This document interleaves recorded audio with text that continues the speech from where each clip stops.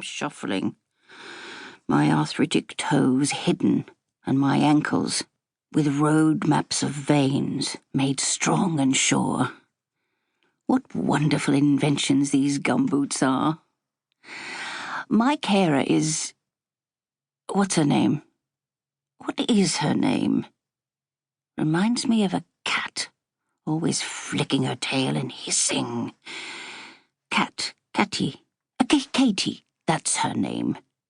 I ask her if I own a pair of gumboots that have walked on the moon yet. She says no, and I tell her that's a good thing because moon boots are still to be purchased. Really, I only say things like this to start discussions. Well, I call them discussions. Katie calls them interjections of insanity. Whatever, I say. Can we stop at the diner for a cuppa?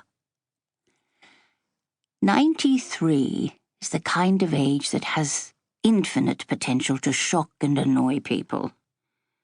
I'm fabulously old enough to wear red with purple, spots with stripes, to say whatever flitters into my head and pretend I haven't the faintest clue why people are huffing and puffing, to need sensible shoes and then turn around and buy yellow gumboots.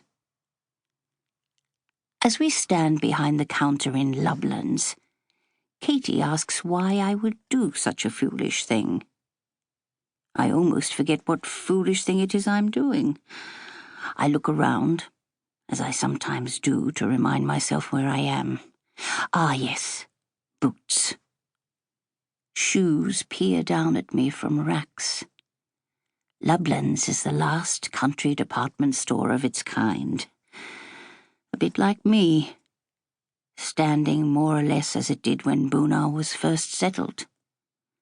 The uneven floorboards holding row after row of shelves, bulging with jeans and akubra hats.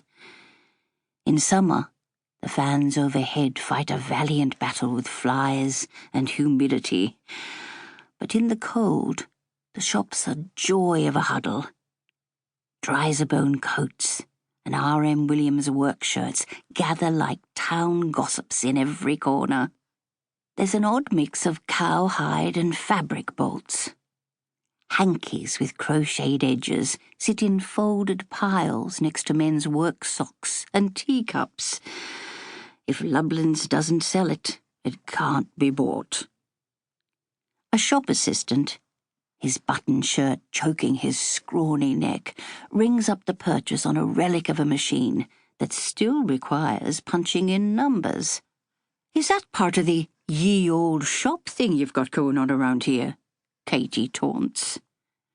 The shop assistant's name tag is a blur without my reading glasses. I imagine it's Levi or Jackson. He's too young to be a Bill or a Ronald. It's Levi. I decide it's Levi. You know why I want the boots, don't you, Levi?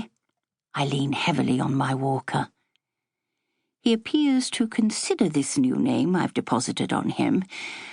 A smile plays in his eyes, self-assured yet welcoming, despite this slightly crazed lady in front of him. With a mostly straight face, I inform them both that the gumboots are so I can admire them on my feet while jogging in the rain. Katie stands erect beside me and adjusts the badge on her uniform. On a whim, I say I'll buy the snake print heels too. Katie spits out a half-formed word that sounds like "goh." Her face takes on shades of red and her eyebrows knit together. Lovely. My work here is done. Levi laughs and extends his hand so I can shake it, which I do with vigour because, by golly, there should be more people like him. I make Katie put the yellow moon boots on my feet before we leave. You mean the gumboots? She says. Yes, those. And try not to make a fuss about it, dear. Putting gumboots on an old lady's feet is hardly an act of the Military Order of the Purple Heart. With the tip of his head, Levi hands me the shoebox.